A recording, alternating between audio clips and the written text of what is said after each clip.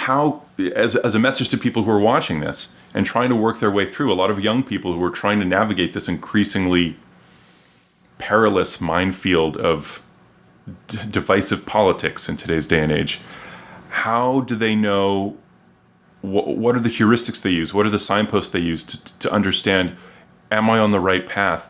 Is what I'm being taught or is what I'm being attracted to politically motivated from a sense of what's actually best for the community that I'm nominally caring for? Well, that requires, you might say, well, that requires careful meditation and prayer.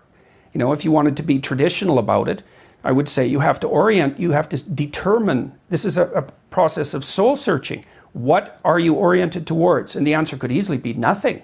Well, this is why I produced the Future Authoring Program.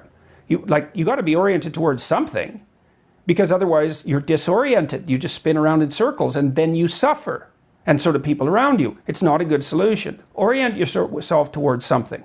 You have to figure out what it is. What will work for you? What goal would justify the suffering of your life? Start trying to piece that together. You're going to get better at it. But it's a personal process.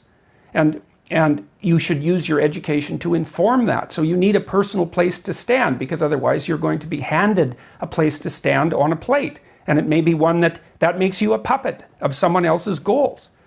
So I would say, you know, what are the processes? Well, I think what I've recommended to people is clean up your room. That's a good start. Organize your local landscape. Schedule your time. Start taking control of yourself. See if you can stop saying things you know to be lies. That's not the same as telling the truth.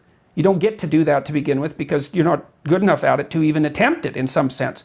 But everyone can stop saying things they know to be falsehoods. They can use their own damn definition of falsehood. Right, but in your definition, importantly, I think, in your definition, falsehood includes the higher level moral truth. Yes, it's living wrong. You can say something that is literally true, but of course, like you said earlier, it's a black truth in the sense that at a moral level, you're saying something to cause a social effect that is actually negative. I could say, stop saying things that violate your conscience instead of stop saying things you know to be untrue, because we run into the truth problem. But I would say, stop, here's another idea. Stop saying and doing things that make you feel weak. Just all you have to do is pay attention to that. Some things you do will make you feel disintegrated. It's a physiological sensation. Disintegrated and weak. It's something that Carl Rogers commented on. He thought about that as part of, now I can't remember the word. It's something like integrity.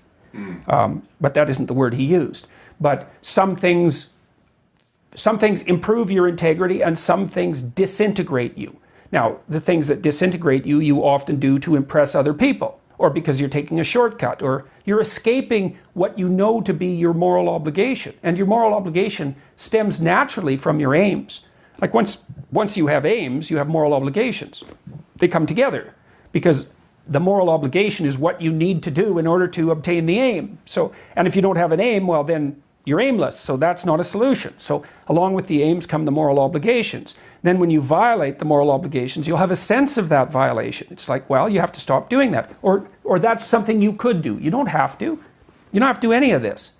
But I would say that's where people should start. You start small. It's not small. You think it's small. It's not small. I had a girl come up to me last night at the end of my talk, and this happens all the time.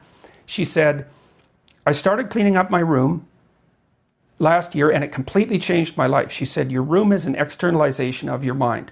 And that's right. That's exactly true. To the degree that you're in your room, the room is you. Now, that isn't how people think, but that's okay. It doesn't matter if they think that way. That's how it is. So straighten up what you can straighten up and quit saying things that make you feel weak. And then you'll know what to do next.